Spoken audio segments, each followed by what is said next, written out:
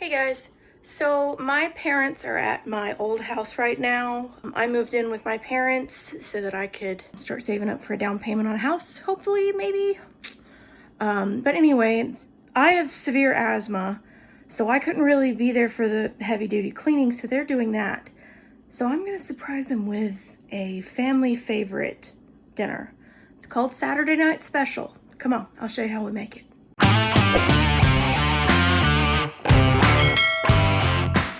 All right, so the first thing you're gonna do is we're gonna ground our ground beef. This one was frozen, so I just ran it under some water for a few minutes, just to thaw it enough that I can get it out of the paper, and then I'm gonna put it in the crock pot. All right, and sorry for the awkward angle. I'm still trying to figure out setup here. All right, so I just cut it open. Probably still is not enough. There we go. And this is still frozen, mostly, but that's fine because I'm gonna cook it in here. So it will slowly come up to temperature and cook. You will just have to keep a little closer eye on it. Every so often I'll come in here and give it a stir to make sure that it cooks evenly. So again, I'm just gonna cut this other one open.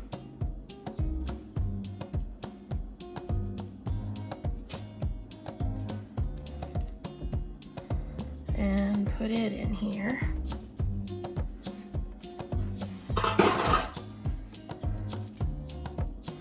That one opened a lot easier.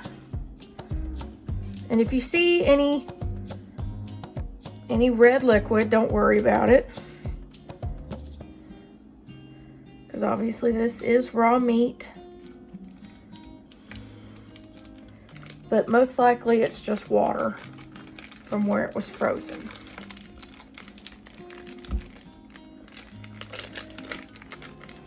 Okay.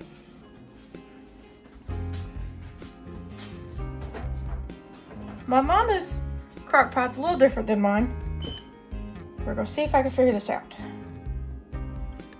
That's on low, which I am gonna leave it on low until this meat thaws.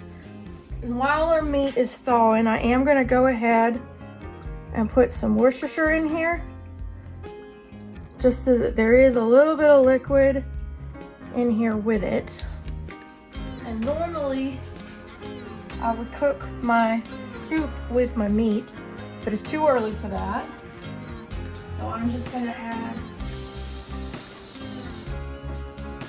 just a little bit of water, just so that, again, you don't want the bottom of the crock pot to be dry. So again, I'm just gonna leave this on low, and I'll probably come check on it in about 15-20 minutes and break it up, and then see if it's completely thawed.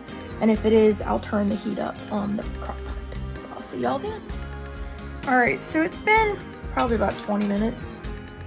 I came in here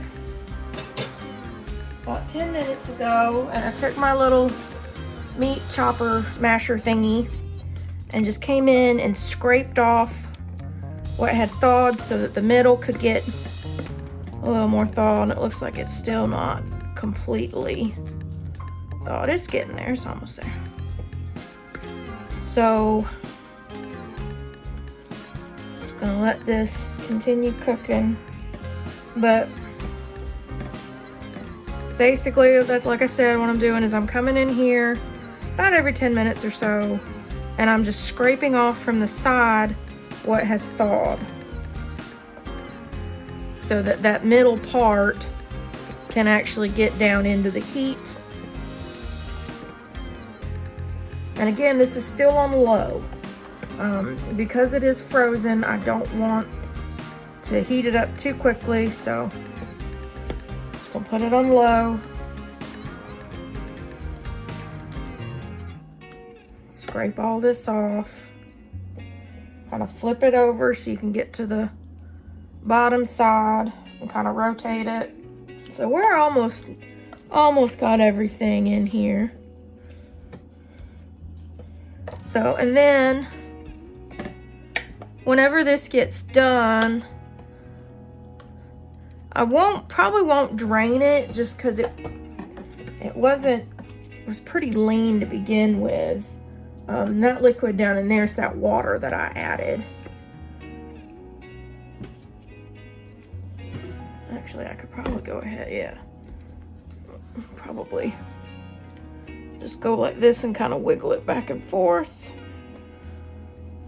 Kind of break it up a little more. Yeah, there it goes.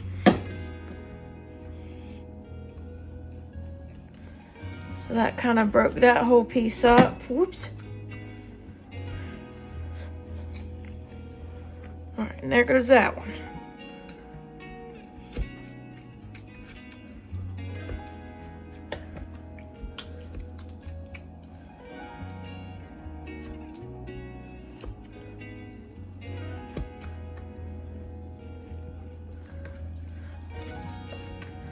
All right. Now, I'm not gonna do too much to this meat. I don't need to add any salt because there was salt in the Worcestershire, and there's gonna be salt in the soup that I add later. But I do want to add some garlic powder, not a whole lot, just a tiny bit. And then some onion powder. Still probably just do a little though. I love this little choppy spinny thing because you can just, not only does it work well, you know, for chopping up and down, but you can go in there and just twist it.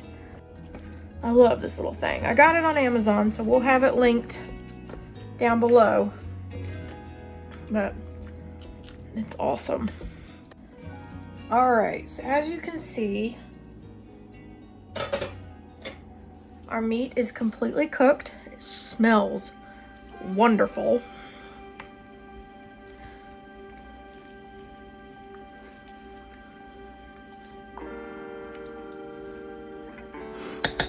I did go ahead, you can see, I went ahead and added a little more water to it. So that is just water in there, that's not grease. Or well, there's a little, but not a whole lot. The next thing, and also I forgot to mention, I am actually doubling this recipe. But our next thing is I am adding 2 cans of just regular cream of mushroom soup. You can make your own if you want. This is always how we've done it.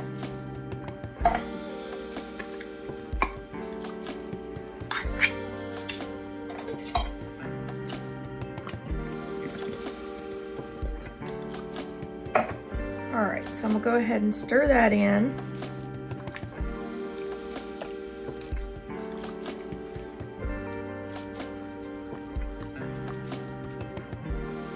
Kind of let it start mixing up there.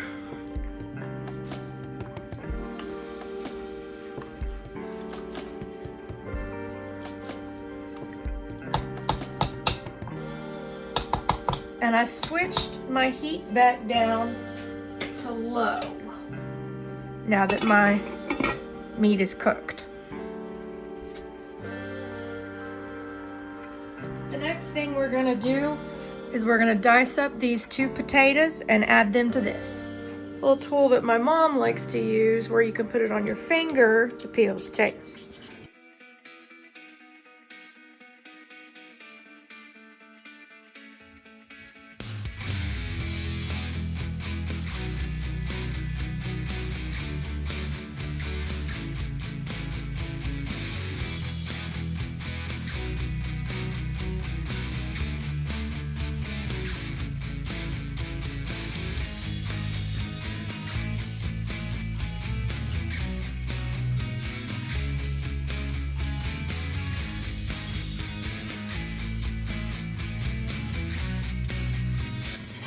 Another little spot right here.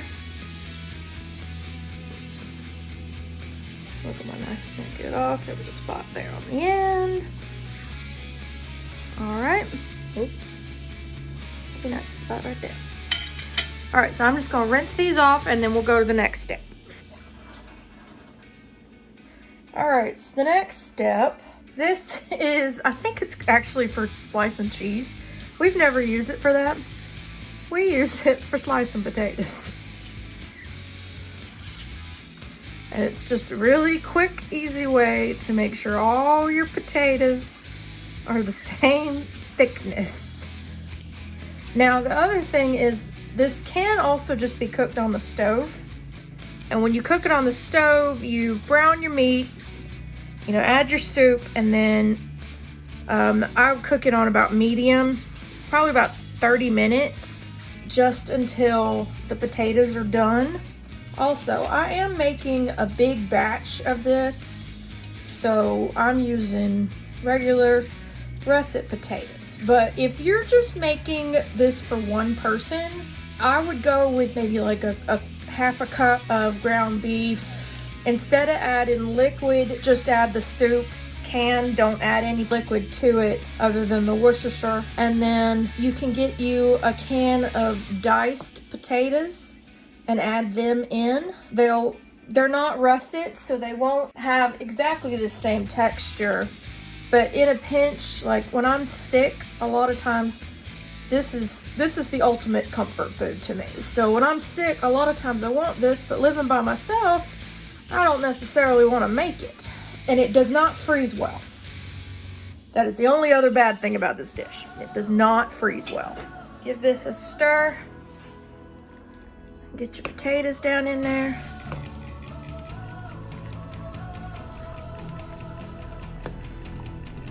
Now this is going to look like there's not a whole lot of liquid, but trust me, you don't want a whole lot of liquid. The potatoes are going to give off some liquid as they cook, so you don't want this to be too thin. Now the other thing is, a lot of times I will do this as a pot pie as well. But again, I just make sure that I eat it. I'm doing a small pot pie and I'll eat it through the week.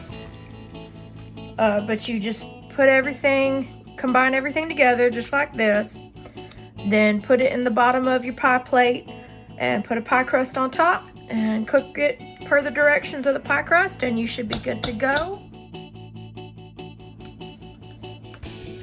But I'm just gonna leave this on warm because I'm not sure when my family's gonna get home, but that will let those potatoes cook nice and low and slow, and all of these will marry together and it should taste phenomenal. So we'll be back with that.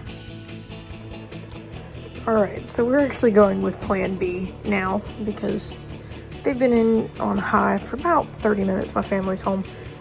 I don't want them to have, they want to go to, I know they're going to want to go to bed, so I'll put it in this pan. I've got it on medium-high heat, and I'm just going to watch it. All right, so finally ready to eat. Here's Saturday Night Special. I don't even have to taste this to know that it's going to be amazing.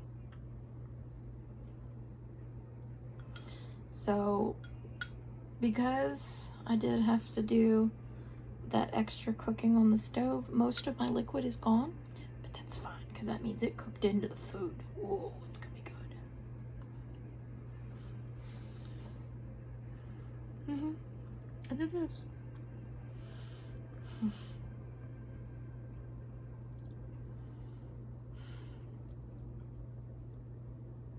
This is the taste of childhood right here.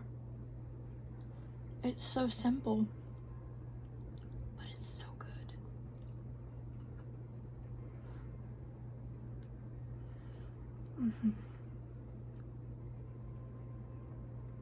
It's good. Oh, it's good.